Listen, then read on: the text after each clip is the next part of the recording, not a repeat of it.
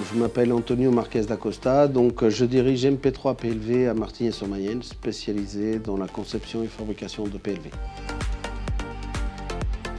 Donc, le bilan carbone, il démarre par des constats simples, si vous voulez, c'est que pour savoir où on va aller, il faut savoir déjà où on est. Et donc, pour se dire qu'on va pouvoir faire des économies sur quelque chose, il fallait déjà savoir d'où on partait. Donc, du coup, à l'époque, en 2017, je me suis pas mal renseigné. Et donc, du coup, si vous voulez, c'est quand je fais le premier bilan carbone, je trouvais qu'en fin de compte, c'était pas précis parce que ce soit nous, en tant qu'industriels, ou quelqu'un qui fabrique des pneus, ou que travaille dans d'autres métiers, ça fait un bilan un peu trop générique.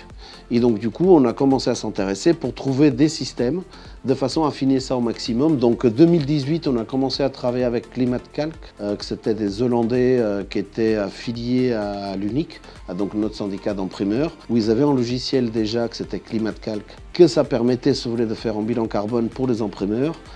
Et en discutant avec les uns et les autres, petit à petit, on l'a affiné. Et donc depuis 2020, ouais, on a un bilan carbone assez fin. C'est tellement de petites choses. En fin de compte, comme je l'explique tout le temps, moi je suis le partisan des plus petits pas. Faire des tout petits efforts, mais tout le temps. Et donc du coup, si vous voulez, ça a été des efforts sur la consommation d'énergie, sur la consommation d'eau, réutiliser de plus en plus l'eau, y compris l'eau de pluie qu'on utilisait déjà, le dire au lieu de la rejeter dans le total égout, on va la réutiliser une deuxième fois. Comme je dis tout le temps, la meilleure économie qu'on fait, c'est celle-là qu'on n'utilise pas. Donc du coup, en gros, c'était vraiment de trouver des solutions. Et donc du coup, on démarre comment? Quand on a commencé, par exemple, pour planter des arbres. On a planté des arbres pour pouvoir décarboner le carbone qu'on consommait pour nos clients. Donc d'une, ça permettait de fidéliser nos clients, ça permettait aussi de vraiment décarboner, et en plus de ça, on avait les arbres qui étaient chez nous. Donc on a démarré avec 3 arbres, 6 arbres, 9 arbres. Aujourd'hui, on a plus de 150 arbres. C'est clair que si je disais j'ai planté 150 arbres, parce qu'on parle bien d'arbres, hein, c'est pas des arbustes, hein, c'est des vrais arbres. Donc du coup, si vous voulez, on aurait dit, oui, ça fait beaucoup d'arbres, mais non. À la base, ça fait un tout petit bout à chaque fois. On teste. Moi, je suis peut-être en partisan de dire on teste, ça marche.